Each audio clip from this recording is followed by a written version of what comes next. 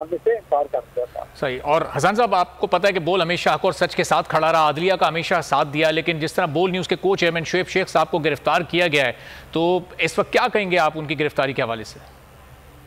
देखिए, मैं ये कहूँगा कि बोल ने इस पूरे क्राइसिस के अंदर अपने कद में बहुत इजाफा किया है। बोल उन बहुत चंद चैनल में से एक था जिन्होंने आज़ादी इज़हार राय का झंडा जो है वो बुलंद रखा है।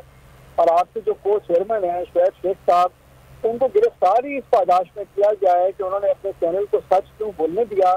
मैं आपके चैनल को सल्यूट करता हूँ और मैं अल्लाह से दुआ करता हूँ कि इसी तरह आपके अज़म को और आपकी कोशिशों को कायम रखे, क्योंकि अगर पाकिस्तान में आज़ादी इज़हार राय है तो जमहूरियत है, और अगर जमहूरियत है तो इंशाअल्लाह ये मुल्क तरक्की करेगा, और इसमें आपके चैनल का बहुत बड़ा किरदार है। बहुत बहुत शुक्रिया हसन खावर साहब। पाकिस्तान तहरीक इंसाफ के सीनियर रहनुमा मौजूद थे। इलेक्शन कमीशन की जानिब से 37 ज़िमनी इलेक्शन जो सीट्स हैं उन पर इलेक्शन को मनसूख कर दिया गया, इज़हार ख्याल कर रहे थे।